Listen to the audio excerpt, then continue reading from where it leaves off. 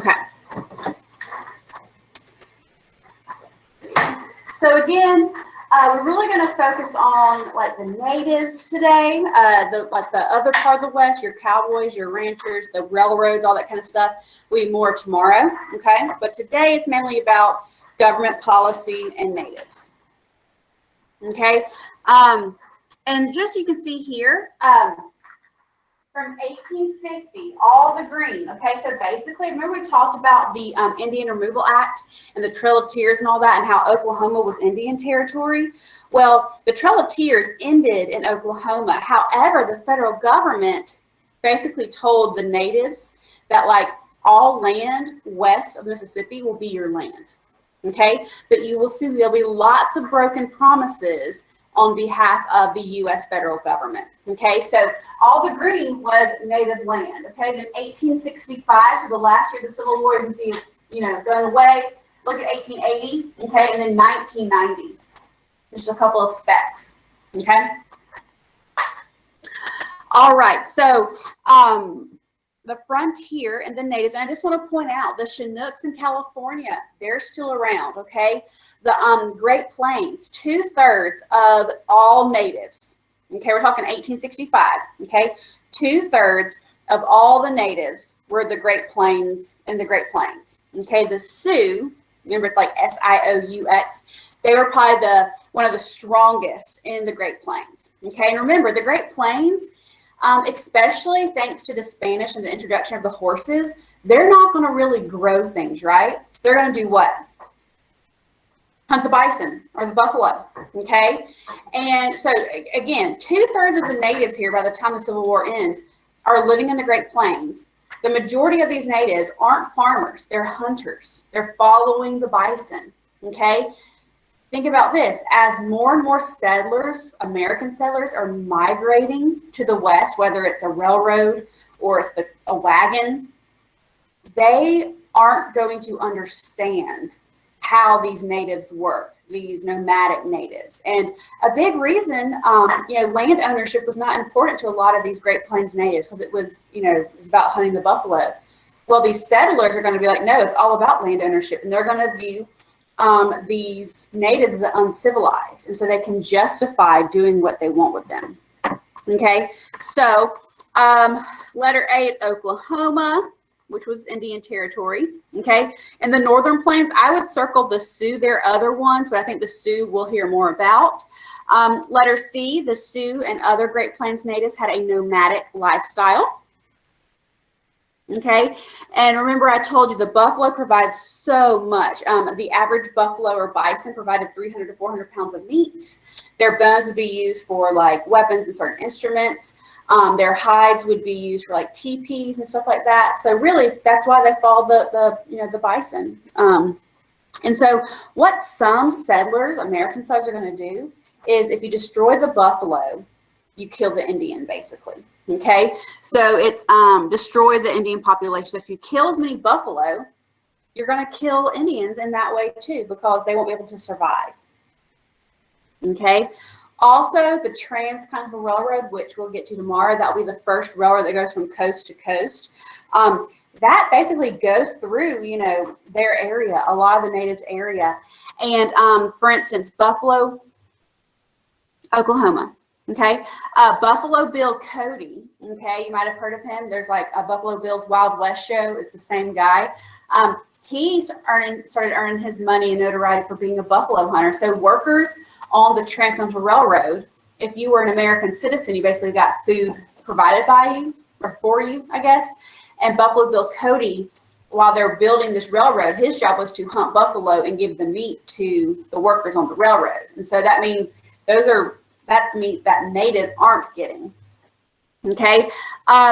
So result, what's going to happen too is a lot of American settlers are going to go and just start hunting, for sport. But they might skin the buffalo hide, but all the meat is just there. And it's like a trophy, but it's like they don't do anything with the meat. So the meat's going to spoil.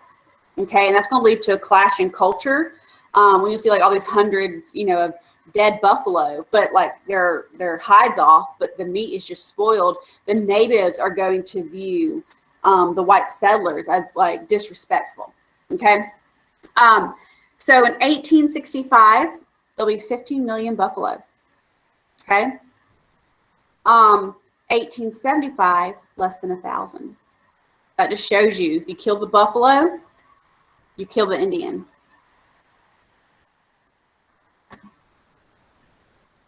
Okay. All right. And so just want to point out that starting in the 1830s, this is Andrew Jackson, okay, the Indian Removal Act will move people out west, obviously, but it also will set land aside for natives, and that's called reservations. Okay, I'm pretty sure you're familiar with a reservation. That is land the federal government says this is for this group of people. It's a reservation. Okay, meaning you can't, like, outside of it, you know, you don't own that land. You only own the land that we gave you. Okay. All right. Let's see.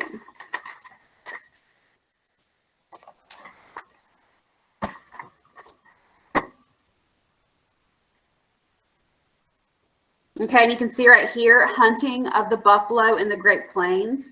Okay, and so you can see, like, in Dodge City, Kansas. Okay, these are all just buffalo hides right here.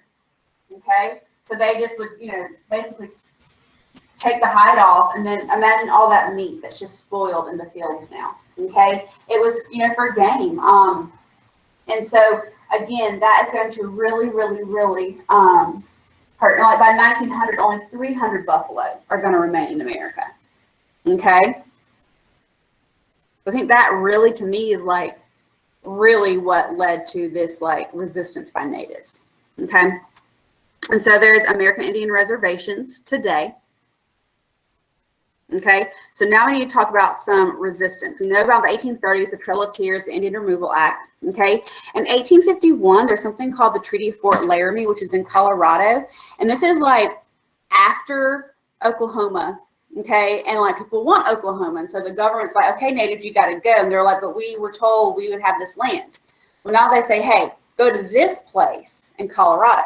Okay, well, here's the problem. Well, they said there's something called the Fort Laramie Treaty, and it said that now natives will have this land in perpetuity. What does that mean when something's perpetual?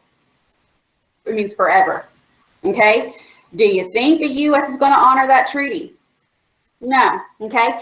And to this day, do y'all remember, it was during President Obama's, no, it was like the awkward, like maybe President Obama was a lame duck and Trump, I don't know, I think, but it was in Colorado, something called Standing Rock. And it was like, you had these security guards, and they were like these Sioux Native Americans. So this is like recent. And there's this pipeline that wants to be built on this like native land. Y'all know what I'm talking about? Anyone? Okay. And basically there's these natives who are like, no, this is our land. And he's like, water is life, because the pipeline, the pipeline could leak and destroy the water supply for these natives. Okay. And remember the actress Shailene Woodley? You know what I'm talking about? She's in Divergent. Anyone? Okay. Well, she like got arrested and stuff solely because she was protesting with these natives. Okay. And like I said, this debate is still around today up there. It's called Standing Rock. But what is the Sioux Natives argument? The Treaty of Fort Laramie. They said, look, we have it forever. You cannot build this pipeline here. Okay. So it's kind of interesting there. Let's see. Oh, I'm on the wrong page. Let me go. Here we go. Okay. So here are a couple things. The Indians will be under a department. It's the Bureau of Indian Affairs, BIA. Okay, it's part of the Department of War. Okay, think about this. If our U.S. Department of War, that's instead of it being like foreign diplomacy, Secretary of State. I think Secretary of State would make more sense for like natives, or Department of the Interior, which is your physical land. No, the Bureau of Indian Affairs is inside our Department of War. That's not a good outlook. You know what I'm saying? So there's that. Again, I told you, it's all about placing Native Americans on reservations, maybe trying to Christianize them, trying to assimilate them, meaning make them American and not Indian. Okay. So in 1864, so this is during the Civil War, you have the Sand Creek Massacre. So I just want to point out, this is going out west when the Civil War is going on. Okay, it's the same years like Sherman and, you know, Lincoln's re-election, all that kind of stuff. Okay, this is in Colorado. Black Kettle is the chief. Okay, and basically, there was a truce flag there, like so a surrender and stuff, and the U.S. military still massacred them. Okay, this is an example of Indian fighting resistance, you know, against the military. The military does capture them, but like before, like they surrender, like we will give up fighting, and then the military, instead of treating them as like POWs, massacres them. So that kind of leaves a bitter taste in people's mouths. Okay. There's also in 1868 something called it's a peace commission. This is when Grant's president, and basically it's the idea of like, let's assimilate them more. Let's not really use the military, but let's really just try to assimilate them. You know, have reservations, and you know they would put the military on the reservations to make sure no one would attack the natives. But really, what's going to happen is the military will attack the natives. So it's very unfortunate. Okay. So then you have the Powder River Massacre, which is also known as the Fetterman Massacre. And basically there's something called the Bozeman Trail that goes like through Montana. And you have to create the trail. You have to blaze the trail. Okay. And so what's going to happen is that these were workers working on this new trail. Okay. And the Sioux will attack these workers and the U.S. military that's there, okay, killing almost 80 American soldiers or workers. So here's an example of where the natives resisted and were successful. Okay, it's called the Powder River Massacre, also known as the Fetterman Massacre. I don't care what you call it. But that's an example. So that might lead to animosity against natives. Okay, there's another Treaty of Fort Laramie. Okay, and then in 1871, there's something called the Indian Appropriations Act. This basically said any treaties, they're all null and void. So that sucks for natives. Okay, and you'll see in 1874, gold will be discovered on native land. And that's going to be really bad because that's when the military is going to get really involved. Okay, so let's talk about a couple things. So you have the Nez Perce, which is Chief Joseph. Chief Joseph, this is a peaceful tribe, okay? They did not fight the U.S. military. They kind of saw what was coming. And so what he decided to do, Chief Joseph, is they wanted to try to go to Canada. That's what a lot of natives were doing. A couple of them did make it. But this group, like he was the chief, taking his whole tribe to Canada. And the U.S. military will apprehend them a couple miles below the Canadian border. So they don't make it. And they're thinking, because what tended to happen is people would go to Canada and like plot stuff and then come back and fight. So that's why they were apprehended. Okay. But that's an example like resisting by just leaving, and they did not make it there. Okay. So now we have George Custer. Okay. George Custer, this is a white, like Civil War hero for the Union. Okay. He was a glory seeker. Okay. For instance, he wrote an autobiography called My Life on the Plains. He wanted to be one of those like celebrity military heroes. Okay. When he would fight, he had like this velvet burgundy, it's called a crimson. So think like burgundy maroon color, velvet suit, like uniform he had. So everyone knew who he was. And he had this like red flowy hair. So everyone knew he was a glory seeker. Okay. And when he decided to fight the natives, he got another special outfit made. He had like a buckskin outfit with like the fringe and all that kind of stuff, but he was going to fight natives. So again, he's a glory seeker, a little too much glory seeker. Okay. And he's, you know, a colonel in the for the American Army. Okay. And his autobiography is called My Life on the Plains. Because again, he's like, let me write about this and I can make some money. Okay. But that will all come into a screeching halt. Okay. So his job, because gold is supposedly in this area in the Black Hills, which is like South Dakota. Okay. His job is basically to return the Sioux. Okay. Let me clarify. That was Colorado. And then he's like, let's move the Sioux to the Black Hills. So you see how it's like Oklahoma. No, we're going to move you to Colorado. Okay. Now gold's in Colorado.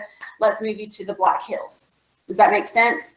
So what's going to happen is Sitting Bull and Crazy Horse are two Sioux Native Americans who will lead an assault, and they actually track Custer, okay? And his cavalry is called the Seventh Cavalry. Remember, cavalry means horseback, okay? And what it is Custer, and there's something called Little Bighorn, which is a river, okay? Little Bighorn River. And there's a native village right there, okay? Custer sees them, and he's like, oh, we can attack them, okay? Because they made it seem like there were only like 800 natives there, okay? And they had like, what he did was he divided it up into 3 groups of like 645 each, okay? He said, we can take them on. We have better weapons, all that kind of stuff. What it was is Sitting Bull and Crazy Horse made it seem like there aren't that many natives there, but really there were 8,000 natives there hiding. So when Custer and his men go to Little Bighorn River to basically capture that small group of natives, you basically have thousands just pop up, okay? And we're not talking bow and arrows. These natives have like the repeating rifle, revolver, okay? And that group led by George Custer at the Battle of Little Bighorn, every single one of those American soldiers will die, including George Custer. And that's called Custer's Last Stand, okay? So you see, it's not like these natives are just losing all the time. We talk about the Federal Massacre. Custer's Last Stand was probably the last big hurrah successful thing for natives. Okay, because think about it. If they just annihilated a whole group of American soldiers, including George Custer, the U.S. military is going to really turn it on next. Okay, and so let's see. That's Custer's Last Stand happened in 1876. Okay, surprise attack by thousands of Sioux Native Americans. Okay, as a result, Americans will view these natives as savages. Like they didn't have to kill every single one of these U.S. soldiers. Okay. Also, Sioux resistance will eventually be weakened because they're going to be under attack by the U.S. government more. Eventually, Sitting Bull and Crazy Horse will be captured, and then they'll be like forced to live on reservations. Okay. Sitting Bull, that's a picture of him to the left. He is important. When you think about resistance and a chief, definitely think about Sitting Bull. Okay. He will actually go to the Wild West show and like be in a cage, almost like a tiger at like a circus. And it's like, here's the Indian, like, and people throw food at him and all that kind of stuff. He did that though, because Buffalo Bill said, if you do that, I'll make sure your people, your Sioux Native Americans get food. Okay. So then Sitting Bull, like he's done his time, he returns back, but he has to be on a reservation. Okay. Let's see.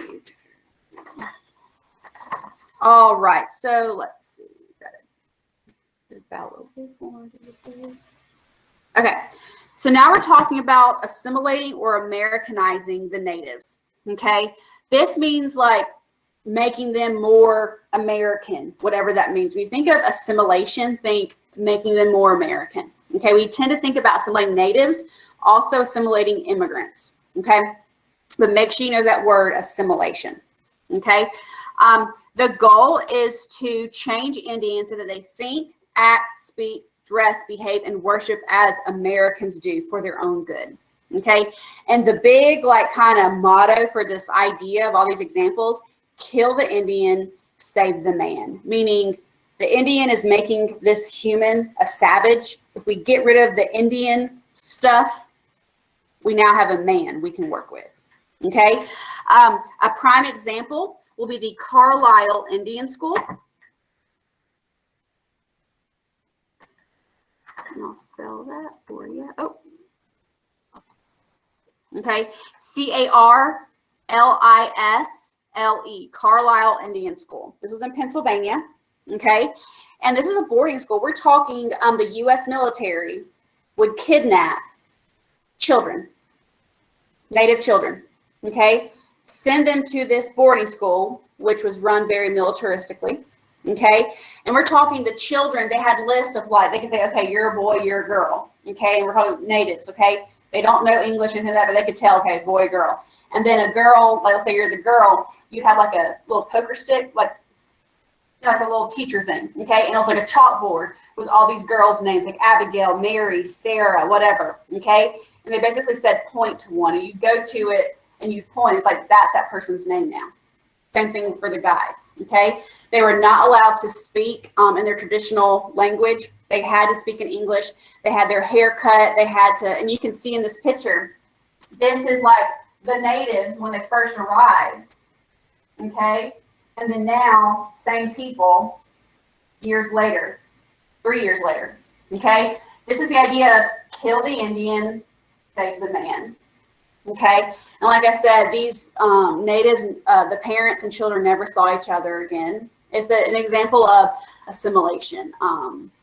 And I think it's pretty sad, but that's definitely a prime example of assimilation. Again, this is like that brainwashing, get rid of those Native American roots, okay? What happened, Jenna, is usually this was not widely known. It was more of, look, these are orphans, so we're going to help them out. What the people did not publicized was that these were orphans because the U.S. military and people took them from their families. So it's kind of like the media today. You only hear a little bit, and so people go along with it. Same thing here. But it's very unfortunate. Okay, so another example of the Dawes of assimilation is the Dawes Act. Okay, please make sure you know the Dawes Act. Okay, this was a way, we know we have the reservations, right? Well, now we kind of want to like pause that, and we want to, instead of saying like, hey, you live with your natives in your tribe, because that's going to unite tribes, right? We want to break it up and make you live more like Americans. What this did is it gave up to 160 acres per family, not per tribe, per family, okay? And they would say, oh, like if this was a Sioux tribe, what they would do, they would say, hey, this group over here, like this family of 4, you're going to have 80 acres over here. Oh, here's a family of 8, you're going to have 160 acres over there. And it's a way of spreading out the tribes. And now you're living with your inner family. You said it's more Americanized. You're going to live with your family, not with your tribe. Okay? The land was usually really bad. They also said if you live in that land for 25 years, you would automatically become a citizen. Okay, but again, the land sucked. So, one of those things.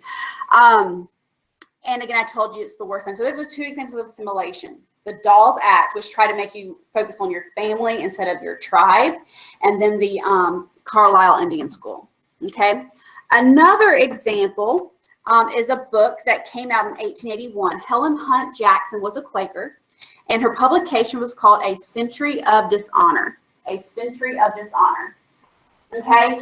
And she basically says, like, look, the story of U.S. history with natives is a story of countless injustices. Okay, so the whole, like, I would say 70% of the book is like, look at all the bad things the U.S. has done. Look at all these broken promises the U.S. has done to natives. Okay, the last part though is kind of like a curveball. Okay, the last part is kind of like, what does she suggest for these natives? Assimilation. She says, look, you can resist and all this stuff, but the U.S. government is bad basically to you. But if you assimilate and you embrace it, life is going to be better for you natives. Okay? The intentions were good, but do you see how the U.S. military is like, oh, or the government's like, yeah, assimilation. Even she says, so we're going to try to assimilate them even more, and that forced assimilation. Okay? So the last thing, the last attempt to resist, think about it. Natives have fought after, Custer's last stand. There's not much success.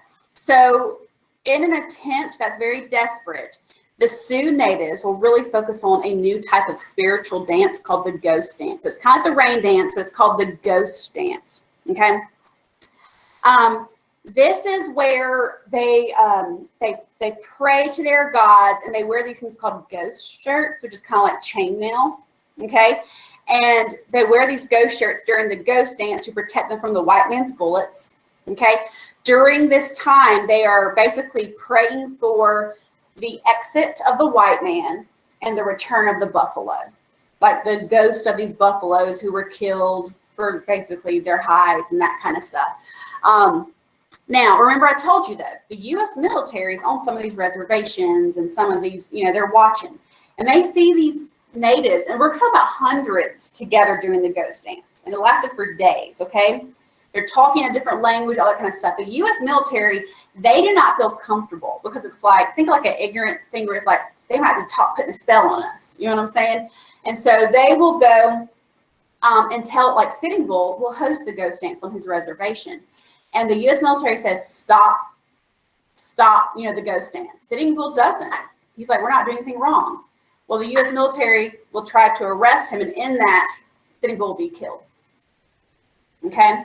So now there might be some chaos. So what happens is the U.S. military, the Seventh Cavalry, okay, will round up these natives just to get them out of the place. Because again, their leader was just killed. So now they're going to just round them up and just take them somewhere. Okay? The next day they realize, crap, we forgot to like do a security check to make sure they didn't have any weapons to attack us. As they're doing this security check, if you will, a shot goes off. To this day, we do not know for sure if it was a U.S. military who fired first. Someone says it was like a Native American who was deaf, and it was like a miscommunication kind of thing. But what we do know is the U.S. military will open fire and kill almost 300 Sioux natives. And it's called the Battle of Wounded Knee, but a lot of people also call it the Massacre at Wounded Knee. Okay. Ghost shirts, white man's bullets. I would circle 1890 for Wounded Knee. I would circle that. Okay. And what's going to happen is that this is the final showdown. Like after this, when word gets out about what happened at Wounded Knee, South Dakota, okay. And let me just go back. Remember I told you how like Custer, like Colorado area, and then the natives are moved to South Dakota? Well, once gold's discovered in South Dakota, that's when the U.S. military is going up there. Does that make sense? It's all about gold. Okay. And, but after this though, the other natives around the nation are just like, we give up. Like, if you're going to do this to them, you're going to do that to us. We'll go on reservations. Okay. And there is Sitting Bull right here. Okay. And then this is a picture, a photograph of Wounded Knee afterwards. There were others, but like it's like mass graves, like where the U.S. military like dug a mass grave, and like you can see, like, you know, you can Google that kind of stuff. But that's just one of those examples. And like Wounded Knee today, it's like there's a monument for it and stuff. And you'll see like in the 1960s, there'll be like a Native American, like we've heard about like the African American Civil Rights Movement. There's one for Native Americans. It's called Red Power. In the 1960s, they'll occupy Wounded Knee, saying, no, this is our land, like that kind of stuff, and Alcatraz and all that kind of stuff. But that's some background information for that. Okay. And again, you can see like even more, you know, with that. What's going to happen is natives will be viewed as like the villain. Like if you read the textbooks about natives, like today it's more about natives are victims, right? Like we're talking even in the 1920s, it was like natives are savages. Like they, whatever. And like they would, you know, try to, it's just, they were viewed as like savages because, you know, some people were still around from this time period who fought natives. Okay. It's kind of interesting how history changes perspectives. Okay. Do y'all have any questions about that?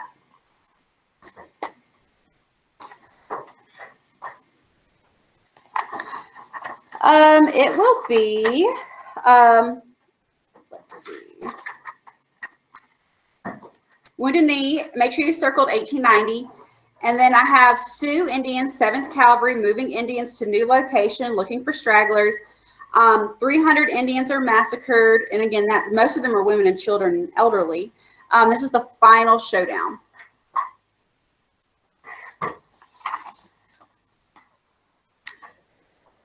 She wrote A Century of Dishonor.